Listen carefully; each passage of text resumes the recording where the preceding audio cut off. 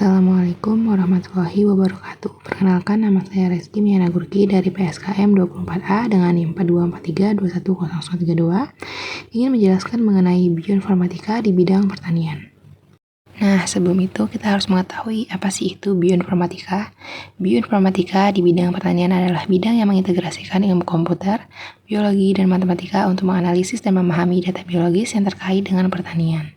Adapun manfaat bioinformatika di bidang pertanian, yang pertama, peningkatan produktivitas, identifikasi gen unggul, dan pemulihan cepat menggunakan teknologi seperti MAS. Yang kedua, ketahanan tanaman, mengembangkan tanaman tahan kekeringan, salinitas, dan penyakit. Yang ketiga, efisiensi sumber daya, optimalisasi nutrisi tanaman, dan pemanfaatan mikroorganisme tanah. Yang keempat, keberlanjutan, konservasi keragaman genetik, dan peningkatan kualitas hasil panen. Yang kelima, pengendalian hama, prediksi penyakit, dan pengembangan tanaman tahan hama. Yang keenam, teknologi baru, editing genetik dengan CRISPR-Cas9, dan pemetaan genom. Bioinformatika membuat pertanian lebih efisien, berkelanjutan, dan tangguh menghadapi tantangan global.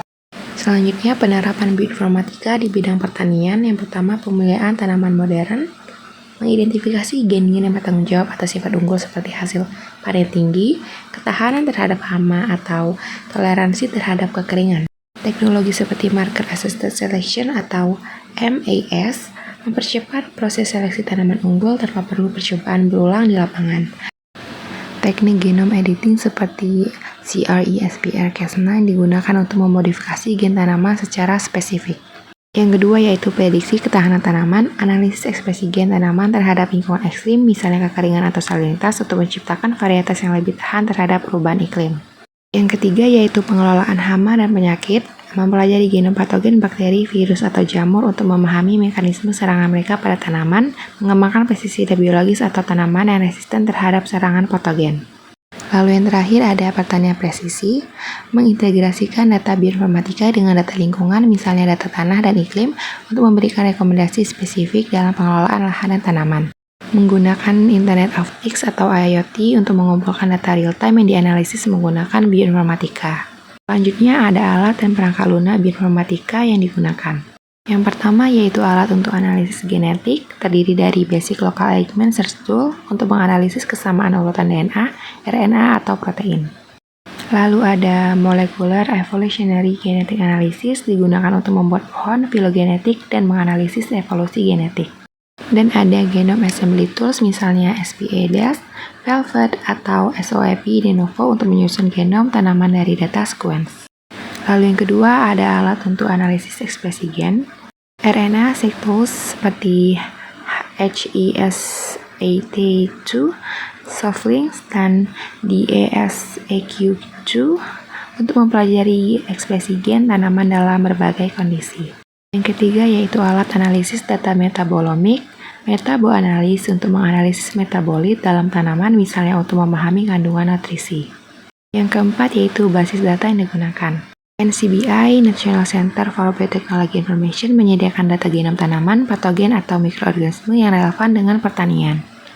The Arabidopsis Information Research, sumber informasi genetika dan genom untuk tanaman model Arabidopsis thaliana.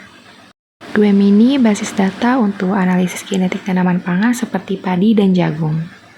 Nah, pastinya bioinformatika memiliki tantangan tersendiri di bidang pertanian. Seperti kompleksitas data genom tanaman seringkali besar dan kompleks, terutama tanaman poliploid seperti gandum. Sulit mengintegrasikan berbagai jenis data biologis, genomik, proteomik, metabolomik, dan data lingkungan. Lalu keterbatasan infrastruktur. Analisis bioinformatika membutuhkan perangkat keras dan komputasi tinggi yang tidak selalu tersedia di semua negara, terutama di negara berkembang. Koneksi internet yang lambat dan perangkat lunak yang berlisensi menjadi kendala dalam pengolahan data. Berikut ini adalah contoh penerapan bioinformatika dalam bidang pertanian. Di sini saya akan menampilkan video penerapan bioinformatika dalam bidang pertanian dengan menggunakan IoT atau Internet of Things. Di sini Sistem ada irigasi ET untuk perkebunan. Sensor jarak ya. Ada sensor jarak di sini. Pertama, ini untuk di pupuk ya. Ini pupuk. Kemudian yang kedua ini pestisida. Ini pestisida, itu di sini sama juga ada sensornya juga. Nah, itu Nah, yang ketiga ini air. Nah, coba ditutup. Anggaplah airnya penuh, nah dia bakal mati. Kalau airnya berkurang, nah itu patokannya nilainya 10 ya.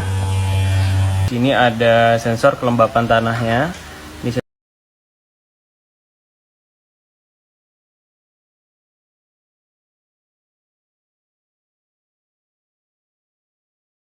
Ternyata ada pertanian 5.0 di Indonesia yang sudah menerapkan AI dan IoT. Ini bisa jadi salah satu solusi untuk produksi pangan dengan pendekatan high-tech, karena tidak bergantung lagi dengan iklim dan cuaca. Greens menerapkan metode meta farming. Greens mampu mengatur cahaya, suhu, kelembaban, dan nutrisi yang dibutuhkan tanaman melalui artificial intelligence yang akan diatur secara otomatis melalui sistem IoT.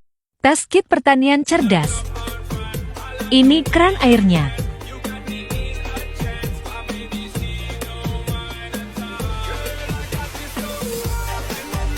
Ini mesin dan pompanya.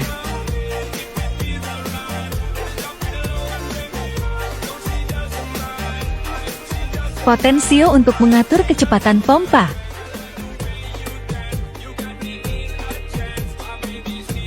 Ini aplikasinya. Data sensor tampil di LCD dan aplikasi. Kita coba kontrol dari HP. Pompanya sudah bisa nyala. Nah, dengan adanya teknologi canggih tadi, dari bioinformatika, maka bisa dimanfaatkan dengan baik untuk perkembangan pertanian berkelanjutan di Indonesia. Dengan adanya teknologi tersebut, maka akan mempermudah serta mempercepat suatu pekerjaan dalam bidang tertentu, khususnya bioinformatika di bidang pertanian ini. Diharapkan seiring berjalannya waktu, bioinformatika di bidang pertanian khususnya di Indonesia dapat terus berkembang dengan pesat. Sekian materi yang dapat saya sampaikan. Jika ada salah dalam penyampaian, mohon dimaafkan. Terima kasih dan Assalamualaikum warahmatullahi wabarakatuh.